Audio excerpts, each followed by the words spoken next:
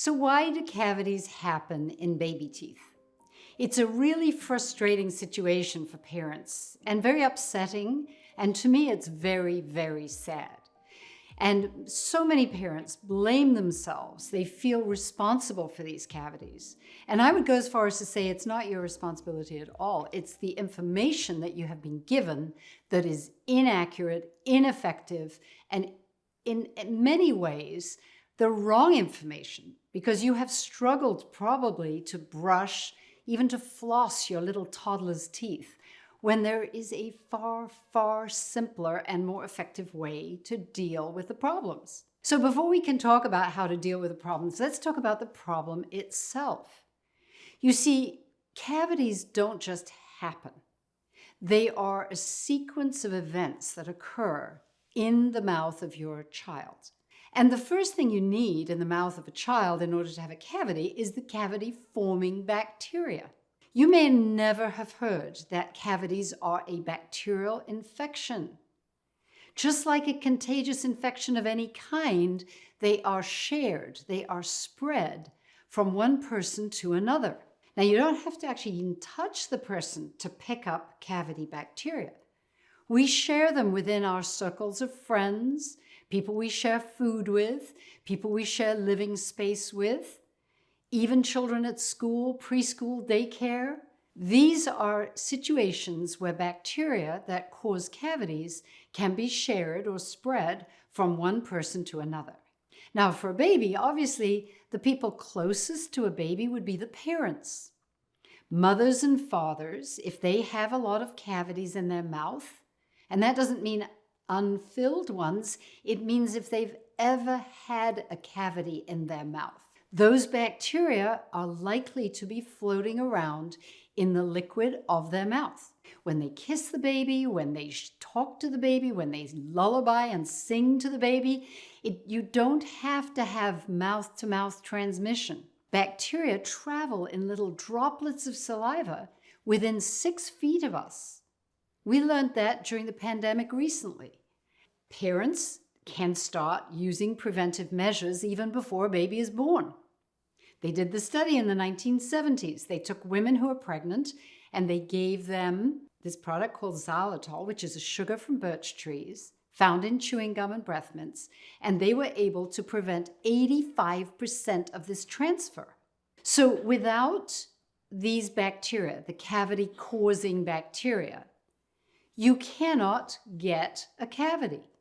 We have focused so much on sugar because, yes, sugar isn't necessarily healthy, but you cannot get rid of sugar altogether from anybody's diet, especially for children, in a healthy way, because sugar is in fruits, sugar is in vegetables, sugar is in carbohydrates, whether it's bread, potatoes, crackers.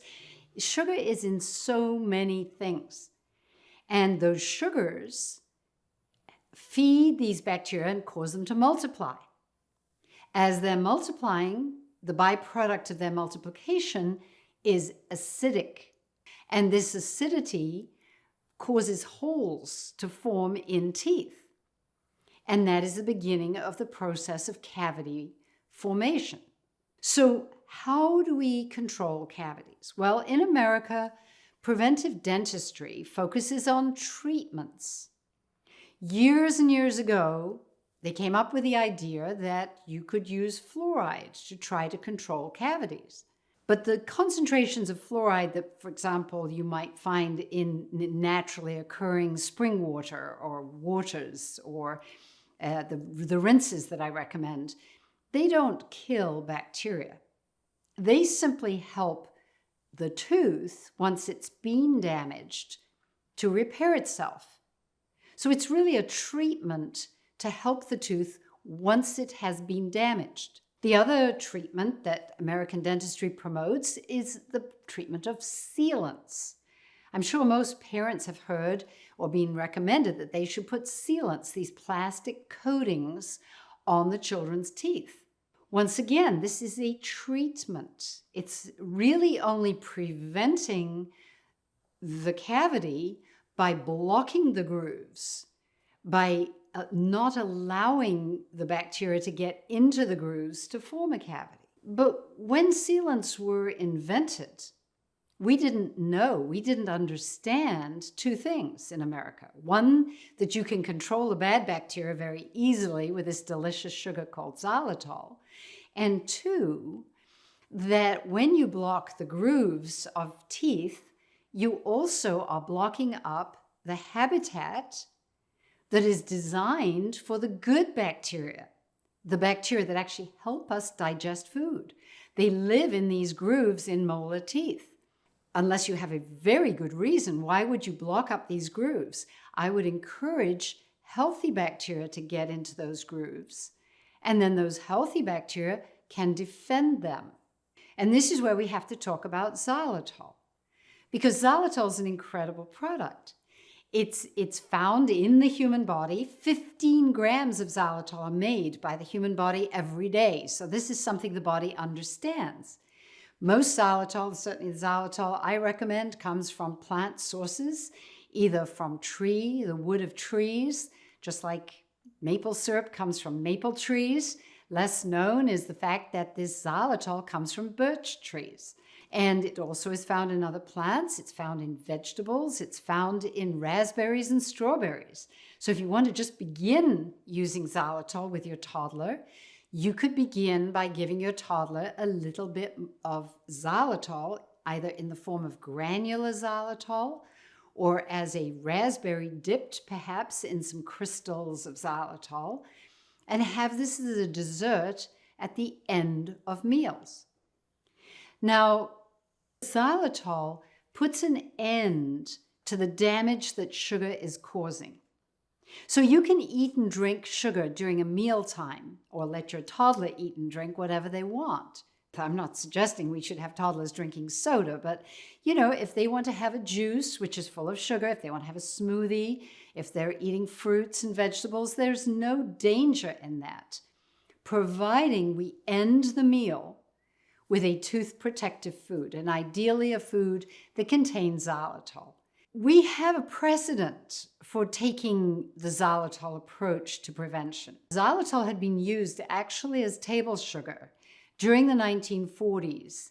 And some years later, they had noticed that children who had been in these communities eating xylitol in England and many parts of Europe, where xylitol was produced as table sugar, that the children in these communities didn't have as many ear infections. That was the first indication that something was different. Then they looked at their teeth and found that these children also had a lot less cavities than were normal in those communities. And this is where they started to do studies. And in the late 60s and early 70s, many, many studies were done in parts of Europe, Eastern Europe in particular, and in Finland, Scandinavia. And in Finland, they decided to adopt a program where they gave xylitol to preschool children who were between the ages of 3 and 5. And they would have the xylitol as they arrived at school, after lunch, and before they went home. This program's been in effect now for 60 years. In Denmark, they have also had a program with xylitol for years. And in Denmark, the average amount of decay per child is 1/4 of a tooth. And that's extended into adulthood.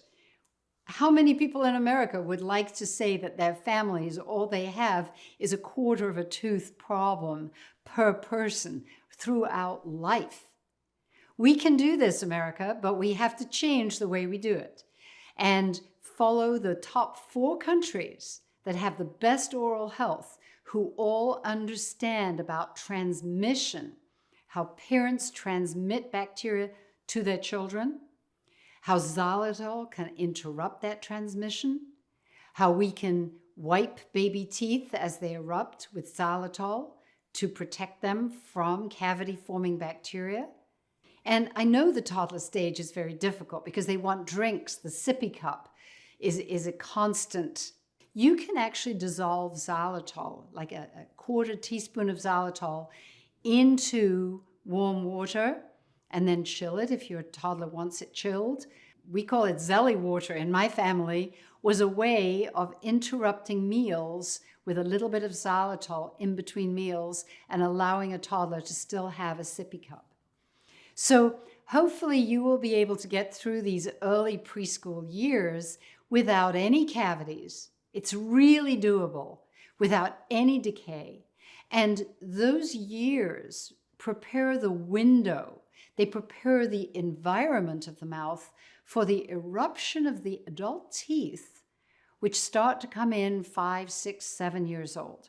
What an incredible thing to prepare your child's mouth for these new adult teeth to be colonized, or the bacteria of the mouth to be so healthy, they are the ones that are going to cover these new teeth and protect them for the rest of that child's life.